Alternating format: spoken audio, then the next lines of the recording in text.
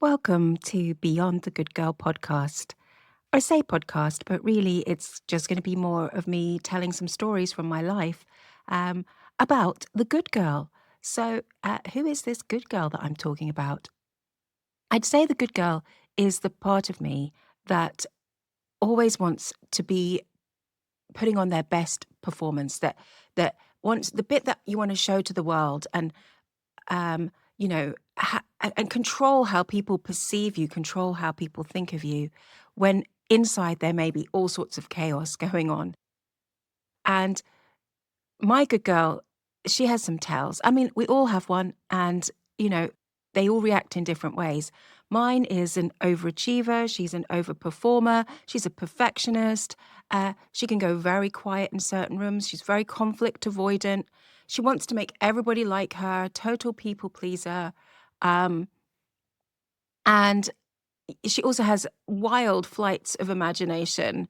Um, and some of these things are really good, obviously, but some of them are it it's about the fact that she shows up when you don't really expect it. It's the fact that you suddenly find yourself going, "Hang on, did I just agree to that? Because I didn't really mean to." Or, "Oh gosh, why was I so nice to that person? They're an absolute dickhead." And it's also not necessarily about always being like that because, you look at my life, I'm not somebody who is quiet, shy, or retiring by any stretch of the imagination. But there was always a part of me that was holding back, trying to manage how other people saw me. And so that's who the good girl is. That's who I'm talking about. And these are my stories. So I've started this series of little stories about Good Girl and my life in 2020. I've started it there because that whole time was an absolute crucible. Like whatever was going on in your life, you know, COVID and restrictions and stuff maybe made things much better for in some ways, or it maybe made things such worse. And at that time in my life, I was going through cancer. And I'd been diagnosed with breast cancer in November 2020. I'd also just had to leave a job that I was loving in Mongolia because of COVID and the school and a whole bunch of other reasons. And so I found myself back in the UK, living in my parents' house. My father was dying and I had cancer. And that's why I've subtitled this podcast When Good Stops Working, because in that magnifying glass of everything that was happening, I was able to see these patterns more clearly. I was able to see where I was shrinking, where I was hiding, where I wasn't actually presenting my full self.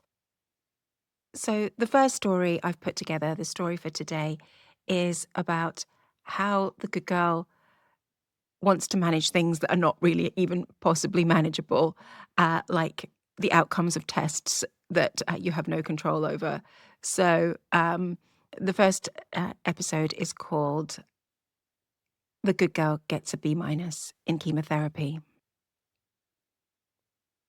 It's December the 23rd, 2020, 2 days before Christmas, and I am sitting in my parents' house. I'm sat on a yellow bedspread looking up at the skylight because this room is in the eaves and so it just has a skylight, and I'm looking at clouds passing by. And every now and again, I'm looking at my phone because I'm waiting for a call. And I'm waiting for a call which is going to give me test results. Test results from my first blood test after my first lot of chemotherapy. And it's COVID, so we're not going in for a lot of things. We're getting a lot of phone contact. So the oncology nurse is going to call me with the results of my blood test and see if I'm able to go forward for the next round of chemotherapy. I'm a little bit anxious, but I haven't been feeling too bad, and I've been doing everything they told me to do. I'm drinking lots of water, I'm resting, I'm going for my walk every day, you know, and I'm like, yeah, I feel okay. I'm good. I think I'm going to be fine. It's all right. yeah, my hair's falling out, but that's good. That means the chemo's working. And I'm telling myself all of these things while I'm waiting. And I'm looking down at my phone, waiting for it to ring. And the phone call's supposed to be at 12:20, and it's 12:21, and then it's 12:22, and then it's 12:23, and I'm like, "Oh my goodness, are they gonna ring soon?" And my mind is trying to control for this situation. It's trying to say, "You're gonna be okay. Everything's gonna be fine." And so it's pulling on the data that it has, and it takes me back to when I was 11 years old in primary 7 when I got ducks of the school. Now, ducks of the school just means that you got the best mark on a test. And I say to myself, see, you've always been really good at tests. You're brilliant at tests. There's no problem at all. You're going to pass this test. Look at you got ducks of the school when you were 11. But then my brain wants to kind of undo that little bit. And so it says to me, yeah, but it was joint ducks of the school with Yvonne McAvoy. You both were. It was joint. And it was only ducks for girls. The boy who got the better mark than both of you, that was your second cousin, Roddy Campbell. I'm like, yeah, Roddy Campbell. Yvonne McAvoy. And then Yvonne McAvoy had been my arch nemesis. Now, she had no idea she was my arch nemesis. As far as she was concerned, she was just living her little primary 7 life, having a great time. But, I had put myself in competition with her from the very first day of arriving at that school. And so I was always watching what she was doing, comparing myself to her, uh, and you know, she was always doing just one better than me, or just joint. We were always just neck and neck, like they couldn't ever really separate us. And I just wanted to be better at her than at something, whether it was Scottish country dancing or swimming or whatever it was. I just wanted to be better at her than one thing, and I was. I actually was better at swimming. And I was like, yes, I have swam 22 lengths of the pool. I'm getting my Scottish Swimming Award. This is so great. And then because Yvonne had managed to get from one side of the pool to the other, like swimmer width, she got a special certificate and a round of applause. And I was fuming. I was like, I just want to be recognized. I want to be recognized for my achievements. And so my mind is like running through all of this and thinking to itself, yeah, but I'm really good at tests. So, it's going to be fine. It's going to be fine. And then the phone rings and pulls me out of that little insanity that I was traveling down there. And it's Mark, the oncology nurse. And we have a little chat. He asks me how I'm doing. And I'm like, I'm doing great. I mean, I've been a little bit tired and, my hair's falling out and I feel a bit sick, but, not much appetite. But in general, I'm fine. I'm doing good. And he said, well, we've got your blood tests back. And yeah, you're doing really well. In fact, he says, you wouldn't even know you were on chemotherapy. I'm like, oh.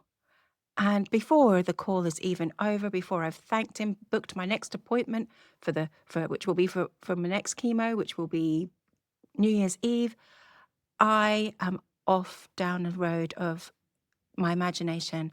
I see myself walking out of the oncology in 3 months' time. Everyone's shaking my hand, even though it's COVID. Everyone's saying, wow, you're a miracle. We have never seen results like this. You don't even need surgery. You need nothing else. You don't need radiotherapy. You're just an absolute miracle case. And, you're just the best at chemotherapy that we've ever known. And even in my little dream, there's Yvonne McAvoy and she's standing there with her COVID mask on, giving me a little clap. And I'm like, yes, I am the best at chemotherapy that there has ever been.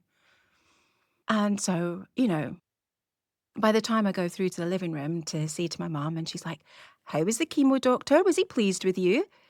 I don't know why people of that generation always want to know if doctors are pleased with you.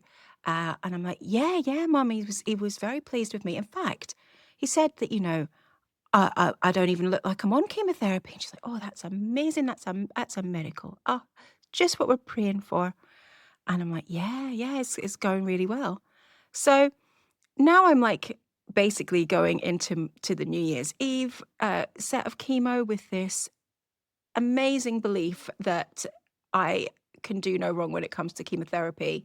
Like, this is a week later, by the way. I'm in chemotherapy, and I'm getting it down, and I come out and I feel god awful after that chemotherapy. It's really horrible.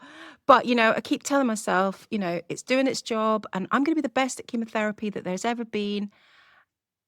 So then again, about 2 weeks later, I'm waiting for the call again from Mark in the room, but this time I'm not really that nervous because, I did really well last time. My liver was great, my bloods were great, my white blood cells. I'm like, it's going to be fantastic. And so I'm sitting there waiting for the call. And again, not quite on time, but, they're pretty close when they call you. Um, but in that little few minutes, my mind starts to wander.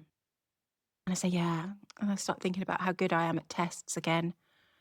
But this time, my mind decides to remind me that I failed GCSE chemistry twice, that I had to take my driving test 8 times, and that actually it took me 3 years to get to A levels, and one of those was an N. So, yeah, maybe I'm not that great at tests. But, I also did do really, really well in my degree, and I got distinction in my PGCE. This is fine. It's good. I'm going to be fine. I'm really good at taking tests. I do not know to this day why my brain was comparing taking blood tests with actual tests. I literally do not know. But so um, the call comes, and I'm like, "Oh, hi," and he's like, "How you doing?" Well, I'm okay. Yeah, been a bit, this and that, and he's like, but, I said, "I feel fine. I feel really good. I feel like it's, I'm okay." And he said, "Well, that's good. I'm glad to hear that. But I just need to let you know that we can't do your next chemo because your blood tests have come back that your liver is not functioning. It's too toxic. We need to give you time to recover. So we're gonna have to postpone your next chemo." And I'm like, "No, no, no, I want it." Because it's obviously every day that you beg for poison. "Yeah, no, I want it. I'm ready. I feel fine." And he's like, "Yeah, I know you feel fine, but what's happening is that it's just too toxic for you. You're not able to cope with it." And I'm like, "What are you talking about? I'm not able to cope with it. I am able to cope with it." And I'm really determined that I want this chemotherapy. And they said, "We are going to give you the chemotherapy. We just do another blood test in a week's time. You give your liver a chance to recover. But when we give you that, it's going to be at 80%. And I'm like, 80%? That's like a B minus. I think that was the moment I realized I had absolutely no control over the outcomes of this whole process. And the only thing I could really do was try to contain my reaction to it, which at this point I was absolutely crestfallen. I was like, I just suddenly, everything had changed. My mind, the picture, the cinematic picture in my mind before where I'd been coming out of oncology and the doctors had all been cheering.